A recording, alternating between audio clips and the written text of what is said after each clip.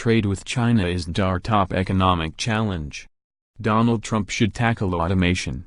The Trump administration has threatened massive new tariffs against China, promising that protection against imports will bring greater fairness and prosperity to our economy. But these actions will harm more Americans than they help, driving up consumer prices, increasing costs for manufacturers, and threatening to trigger a still more damaging trade war. On top of that, this approach misses the mark. The nation's central economic challenge is not trade. It is the rapid pace of technological change, through automation, robotics and digitization, that is changing millions of jobs and has left too many Americans on the margins. We believe there is a better way. In our new Council on Foreign Relations report on the future of the U.S. workforce, we argue that for more than 30 years our leading institutions, governments, companies, and educational and training systems, have failed to equip many Americans with the skills they need to succeed in the 21st century economy. More, Trump steel, aluminum tariffs will hurt our economy and tank our stock market more. China tariffs could hurt American families. The crucial task facing the United States is to rebuild the links among work, opportunity and economic security in the face of accelerating technological change and global competition. Continued failure to address this challenge will amplify the pressures for retrenchment that are causing our country to back away from its historic global leadership. The pace of workplace disruption is accelerating. Just with existing technologies, in about 60% of occupations, nearly one-third of employees may need to change jobs or develop new skills over the next decade, according to McKinsey Global Institute.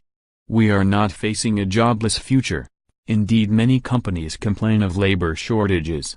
Smarter machines will replace some kinds of work, but they will also open up all sorts of new jobs.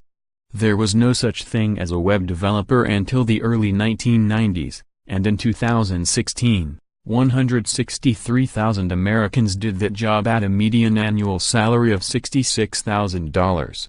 But a better future is only possible if we prepare Americans for the jobs that are coming.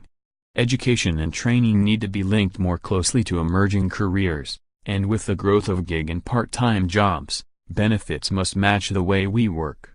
Our bipartisan group offers a roadmap to address these challenges.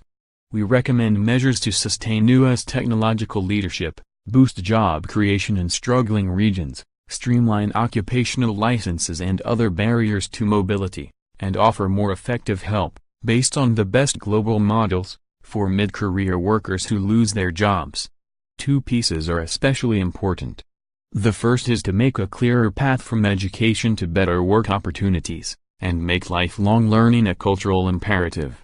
U.S. success in the 20th century was built on education. We were the first country to make universal high school a reality, and then moved millions of students into the best colleges and universities in the world.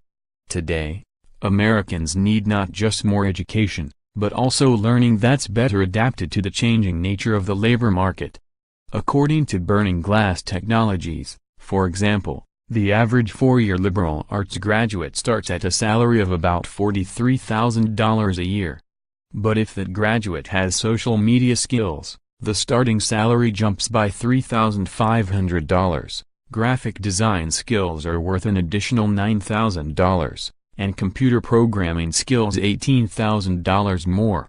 For two-year college graduates with targeted degrees, Georgetown's Center on Education and the Workforce estimates there are 30 million good jobs in the country, paying a median of $55,000 a year, for those with targeted degrees. More, solar tariffs would kill jobs, harm environment more, surviving the invasion of the job snatchers policing the USA, a look at race, justice, media. Getting young people on these career paths requires better guidance and support than many are being offered. More hands-on involvement by employers, and more options outside the classroom, such as apprenticeships and internships to help students hone the skills they need for better-paying jobs are needed. Better credentialing systems are essential to signal employer requirements more clearly, so that job seekers can plan and target their training. Second, policies must better support the way Americans actually work today. The United States has created 10 million jobs over the past decade, but nearly all the net job growth has been in part-time, contingent and gig economy jobs. While many employers and employees appreciate these sorts of flexible jobs, very few come with the benefits that employment provides to most full-time workers, such as health care, retirement, sick leave and the other hallmarks of secure job. In the future, such benefits need to be available to all workers and be portable, tied to the worker rather than to the job. Succeeding in tackling these challenges requires a broader movement and a generational change in our approach. Governments cannot do it on their own.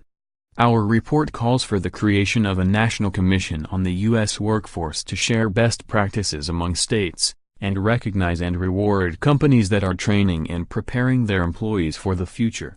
We believe helping more Americans adapt and thrive is the defining economic issue of our time. Many of the solutions are bottom-up and local, with governors, mayors, non-governmental organizations, business and educational institutions all playing important roles. With such a broad-based movement, the United States can build a more productive, inclusive and resilient economy for all Americans, becoming once again a model for the world.